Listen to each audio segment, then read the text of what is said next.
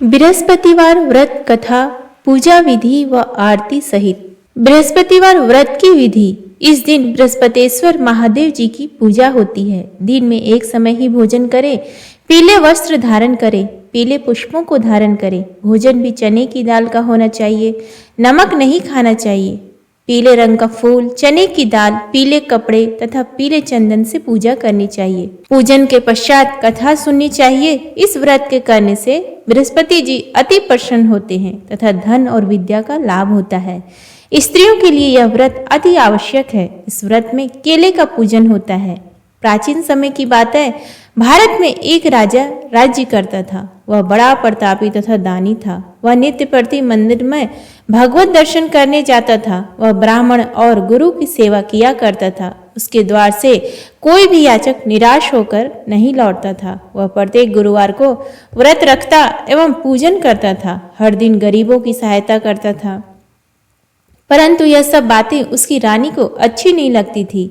वह न व्रत करती और ना किसी को एक भी पैसा दान में देती थी। वह राजा से भी ऐसा करने को मना किया करती थी। एक समय की बात है कि राजा शिकार खेलने वन को चले गए। घर पर रानी और दासी थी। उस समय गुरु बृहस्पति साधु का रूप धारण कर राजा के दरवाजे पर भिक्षा मांगने आए। साधु ने रानी से भिक्षा मांगी तो वह कहने लगी, हे साधु महाराज, मैं इस दान और पुण्य से तंग आ गई हूँ। इस कार्य के लिए मेरे तो पतिदेव ही बहुत हैं। अब आप ऐसी कृपा करें कि सारा धन नष्ट हो जाए तथा मैं आराम से रह सकूं। साधु रूपी बृहस्पति देव ने कहा, हे देवी, तुम बड़ी विचित्र हो। संतान और धन से कोई दुखी नहीं होता है, इसको सभी चाहते हैं। पापी भी पुत्र और धन की इच्छा करता है। अगर तुम्हारे पास अधिक धन है तो भूखे मनुष्यों को भोजन कराओ, प्याऊ लगवाओ, ब्राह्मणों को दान दो, धर्मशालाएं बनवाओ, कुआं, तालाब, बावड़ी, बाग बगीचे आदि का निर्माण कराओ तथा निर्धनों की कुंवारी कन्याओं का विवाह कराओ, साथ ही यज्ञादि करो। इस प्रकार के कर्मों से आपके कुल का और आपका नाम परलोक में भी सार्थक होगा एवं तुम्हें भी स्वर्ग की प्राप्ति होगी।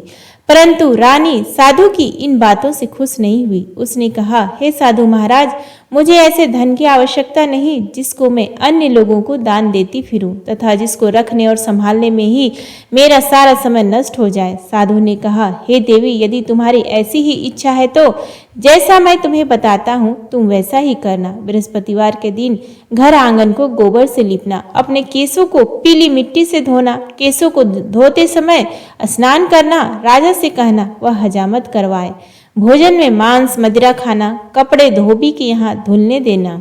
इस प्रकार 7 बृहस्पतिवार करने से तुम्हारा सारा धन नष्ट हो जाएगा।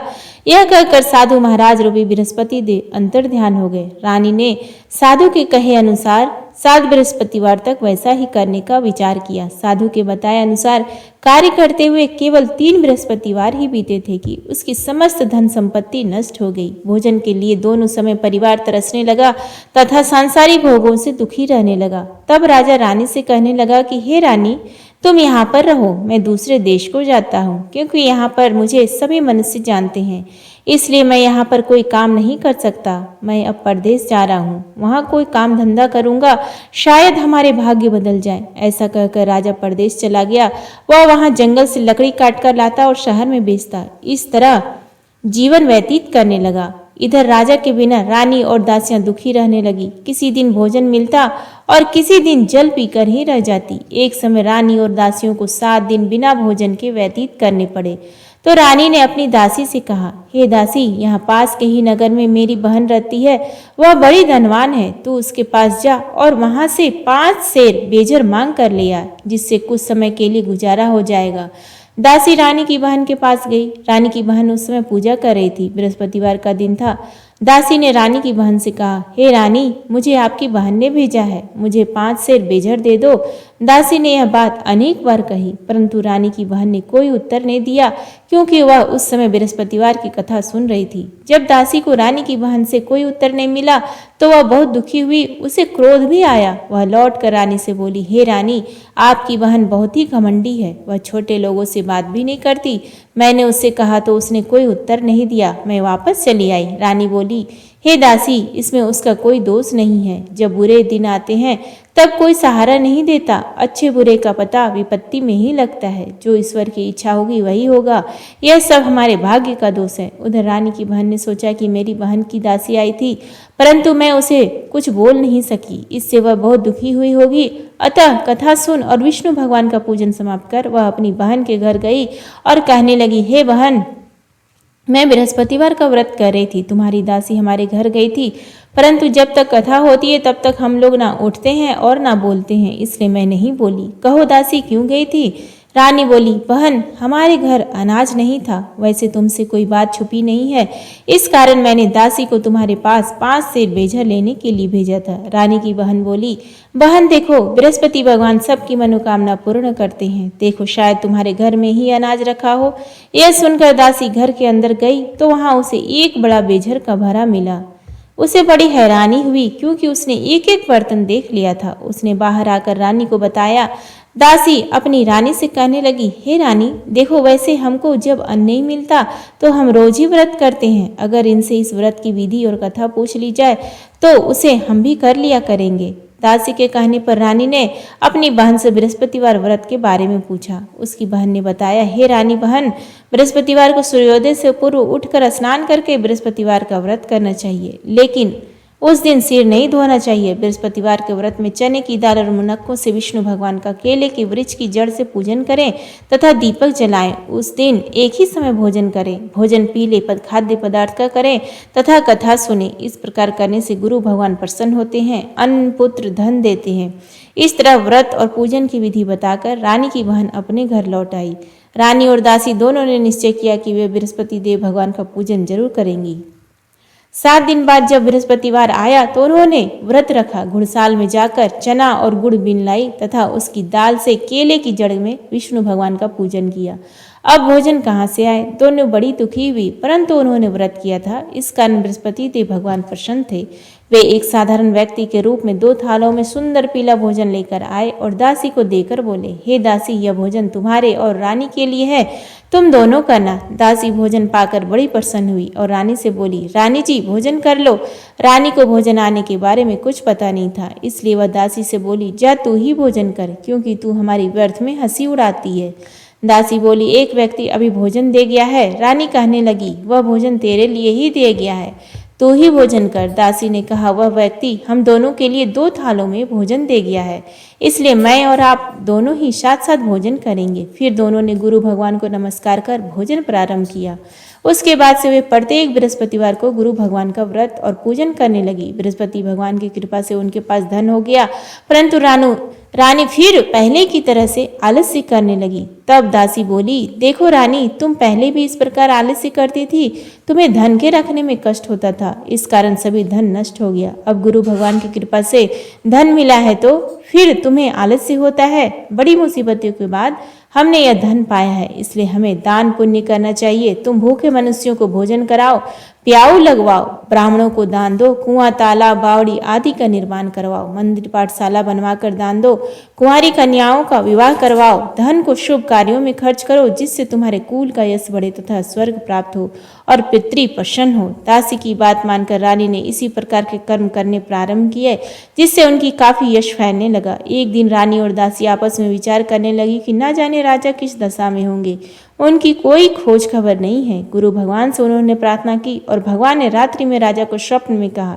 हे राजा उठ, तेरी रानी तुझको याद करती है, अब अपने देश को लौट जा। राजा प्रातःकाल उठकर जंगल से लकड़ियां काट कर लाने के लिए जंगल की ओर चल पड़ा। जंगल से गुजरते हुए सोचने लगा, रानी की गलती से कितने दुख भोगने पड़े, राजपाट छोड़कर उसे जंगल में आकर रहना पड़ा।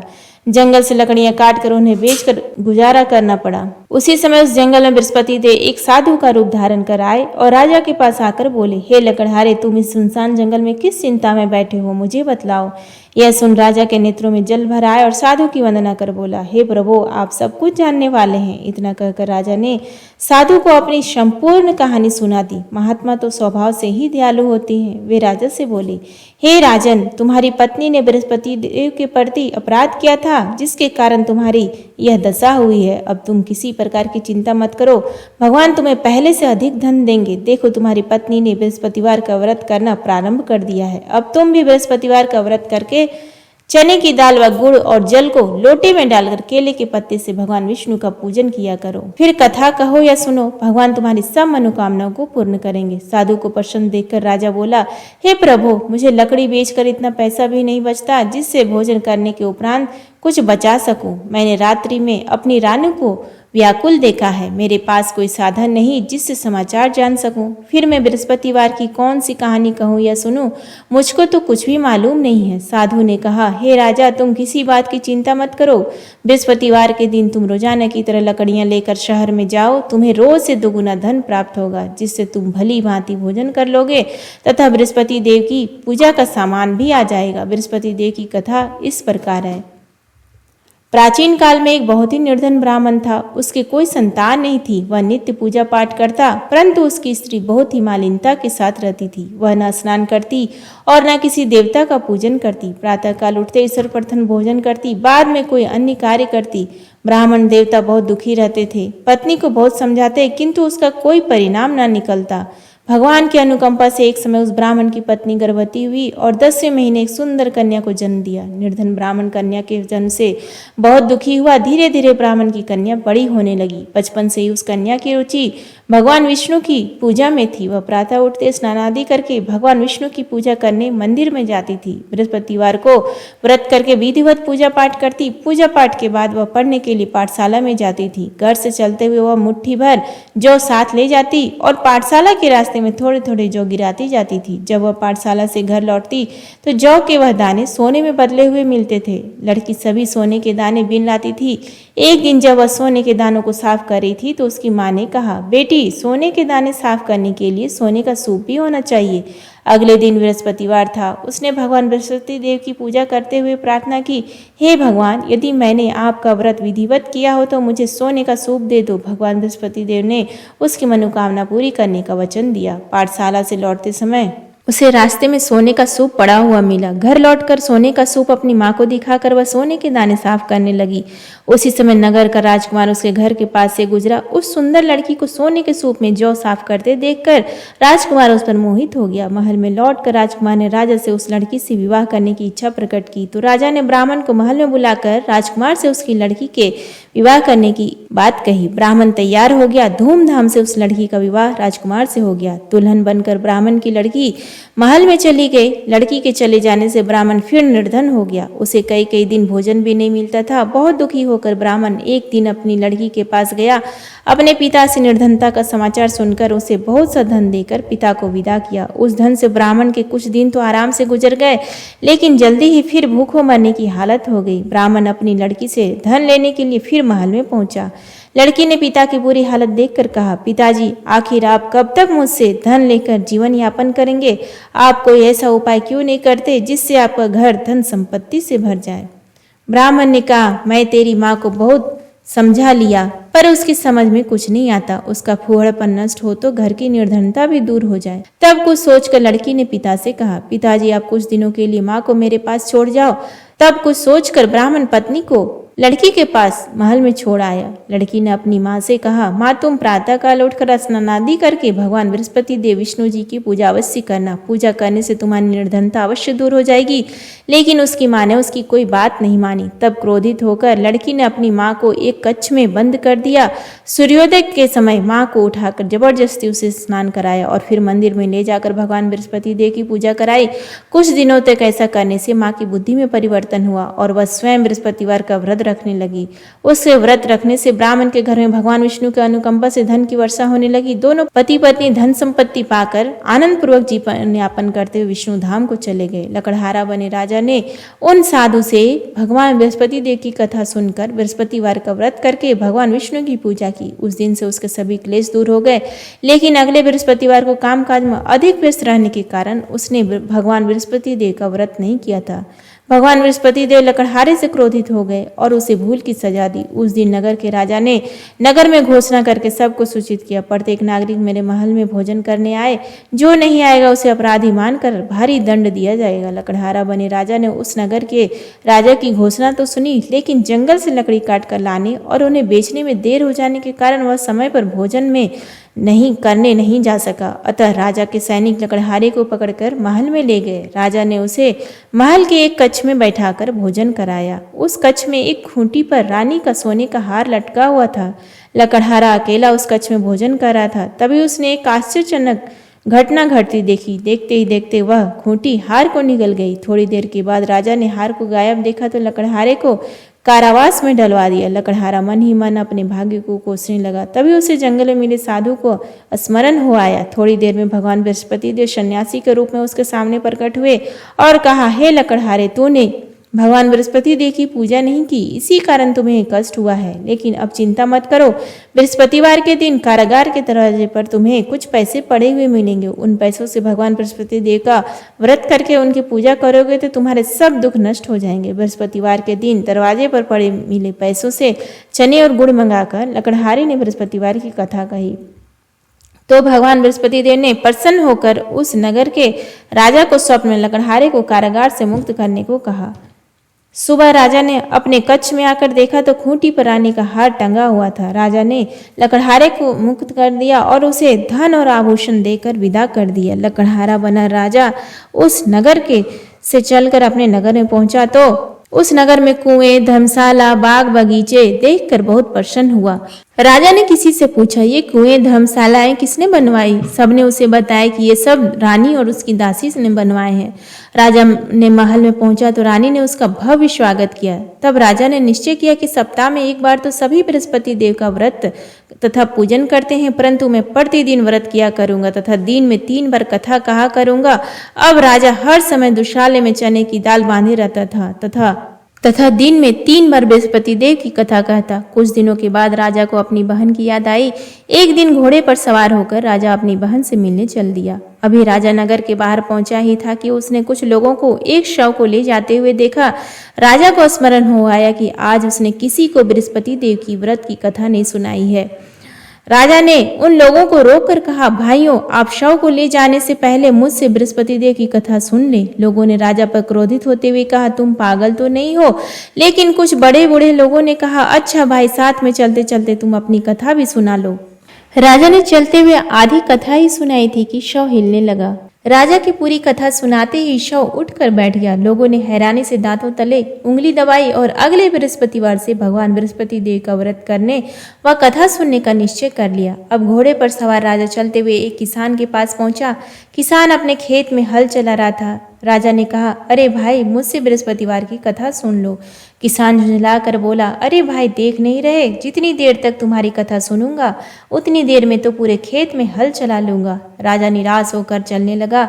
तभी किसान के बैल लड़खड़ाकर जमीन पर जा गिरे।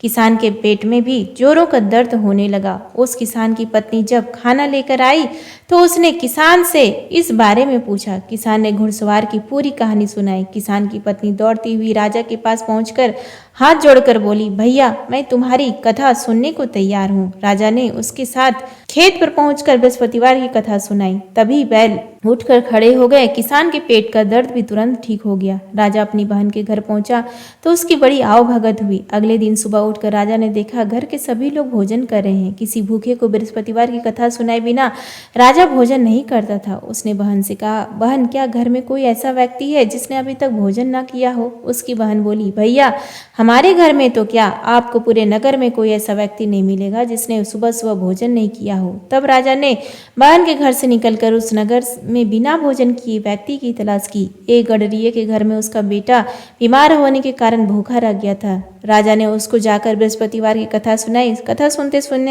सुनते गडरिये का बीमार बेटा बिल्कुल ठीक हो गया। सबने राजा की बहुत प्रशंसा की। एक दिन राजा ने अपनी बहन से कहा, बहन, अब हम अपने घर जाना चाहते हैं, तुम भी हमारे साथ चलो, कुछ दिन वहां रहकर लौट आना। राजा की बहन ने अपनी सास से पूछा तो सास ने ताने देते हुए कहा, बहू, मायके जाना हो तो अकेली जाना, मेरे पोतों को नहीं ले जाना।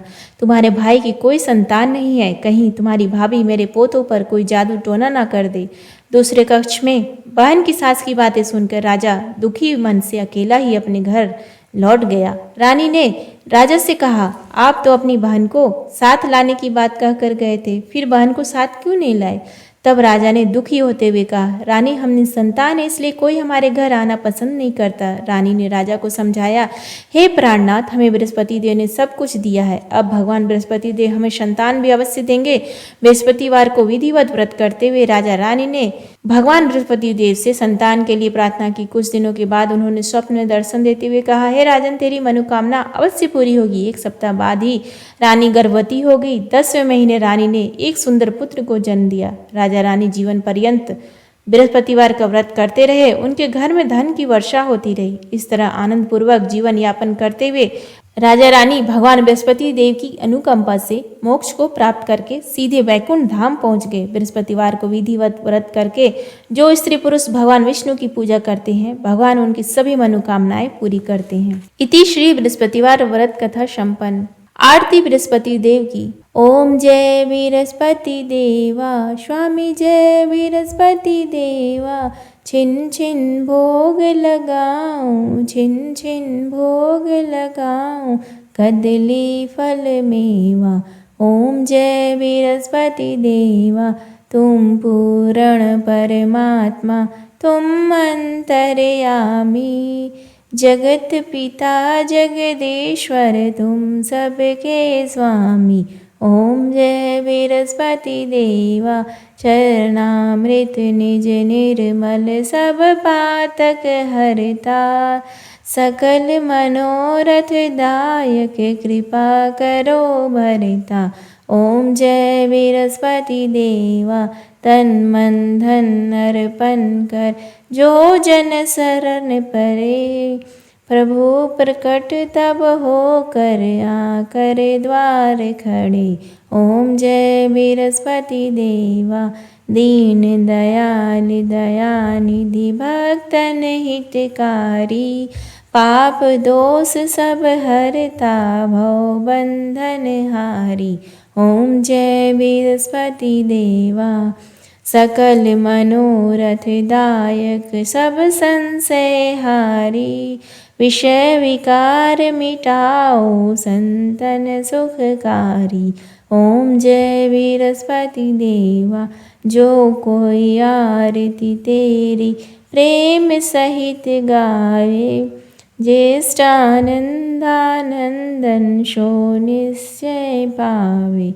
ओम जय बृहस्पति देवा, स्वामी जय बृहस्पति देवा।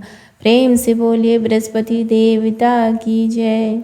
उम्मीद है आपको आज का ये वीडियो पसंद आया, तो प्लीज़ इस वीडियो को लाइक करें, शेयर करें और कमेंट बॉक्स में जय श्री हरि विष्णु, जय बृहस्पति देवा लिखना ना भूलें। धन्यवाद।